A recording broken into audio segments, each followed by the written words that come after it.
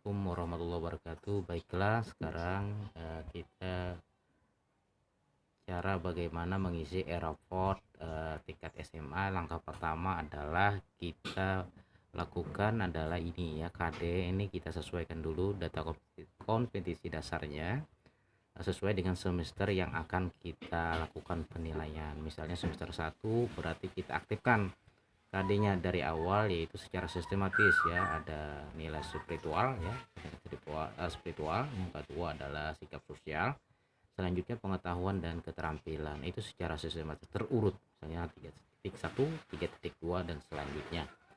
Nah, setelah kita aktifkan sesuai dengan tahun pelajarannya, semesternya ya, ini sudah benar, lalu kita simpan ya dengan cara tadi di update dulu ya, artinya dilakukan penyesuaian. Nah, setelah kita simpan, lalu kita langkah kedua adalah input data nilai.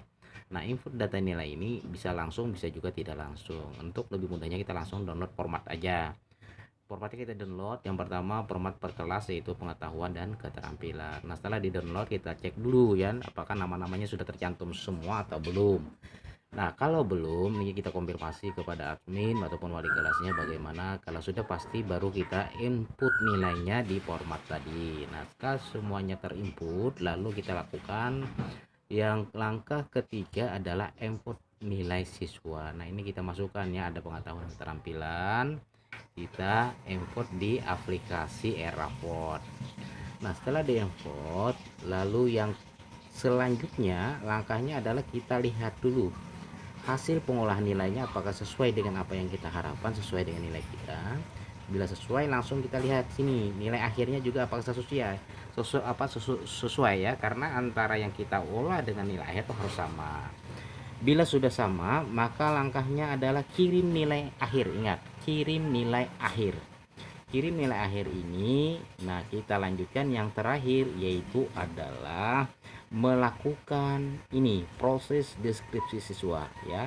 Setelah kirim nilai, lalu kita melakukan proses deskripsi siswa.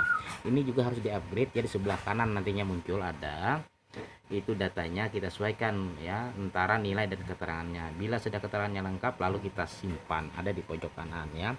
Jadi langkahnya pertama, KD-nya kita sesuaikan, kita aktifkan, yang tidak kita ajarkan kita nonaktifkan ya, sesuai dengan semesternya. Yang kedua ada download formatnya penilaian, setelah kita isi kita import nilainya. Yang ketiga adalah lihatnya nilainya, nilai akhir ataupun pengolahannya sesuai, kita kirim. Setelah kita kirim, lalu kita lakukan deskripsi siswa, proses deskripsi siswa, lalu kita simpan. Nah, bila sudah kita simpan, maka kita bisa mencek ya apakah nilai yang kita lakukan tadi sudah sesuai atau belum, atau sudah terkirim berhasil semuanya atau belum. Nah, bisa dilihat di status penilaian. Nah, bila warnanya ini sudah hijau semua, ini artinya langkah yang kita lakukan dari ya, pertama kita mengirim pengetahuan, keterampilan, melakukan sikap religi, sikap sosial, ini sudah kita lakukan, lalu kita kirim nilai. Nah, ini langkahnya sudah sesuai, sampai yang terakhir adalah deskripsi. Ada 1, 2, 3, 4, 5, 6 langkah.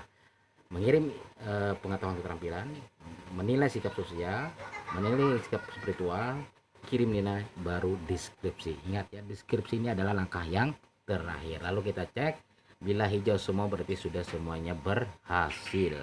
Nah, untuk selanjutnya adalah tugas wali kelas. Wali kelas juga mencek ya hasil penilaian, itu bisa dilihat juga nilai apa saja yang sudah dikirim oleh Bapak Ibu guru. Biasanya hijau semua berarti sudah lengkap. Tinggal guru atau wali kelas itu nantinya adalah melakukan yang pertama lengkapi absensi ya. Absensi mengisi berdasarkan data. Yang kedua adalah nilai ekstrakurikuler kalau ada ya, dimasukkan. Yang ketiga adalah mengisi keterangan siswa. Keterangan siswa itu bisa berupa motivasi, kalau kenaikan kelas Anda selamat naik kelas dan sebagainya, seperti itu. Setelah itu sudah lengkap semuanya, lalu kita download untuk cetak raport ya. Nah, cetak raport ini jangan lupa harus kita lakukan yang namanya pengaturan kertas ya, sebelum kita memprint atau mendownload hasil raport yang ada pada siswa kita. Karena dengan mengatur kertas, maka nantinya kita bisa ya menghindari adanya nantinya di sana kan terupdate tanggal ya yang tidak luarsa. Makanya kita lakukan merubahkan dengan mengatur kertas. Nah, setelah itu kita periksa juga nama pejabatnya apakah sudah benar, kepala sekolah atau guru mata pelajaran totalnya. Kalau sudah lengkap, kalau belum lengkap kita hubungi admin sekolah. Kalau sudah lengkap baru kita lakukan download ya, bisa di download atau bisa langsung di print. Demikian, itulah sekedar untuk cara bagaimana kita pengisian e-raport di sekolah.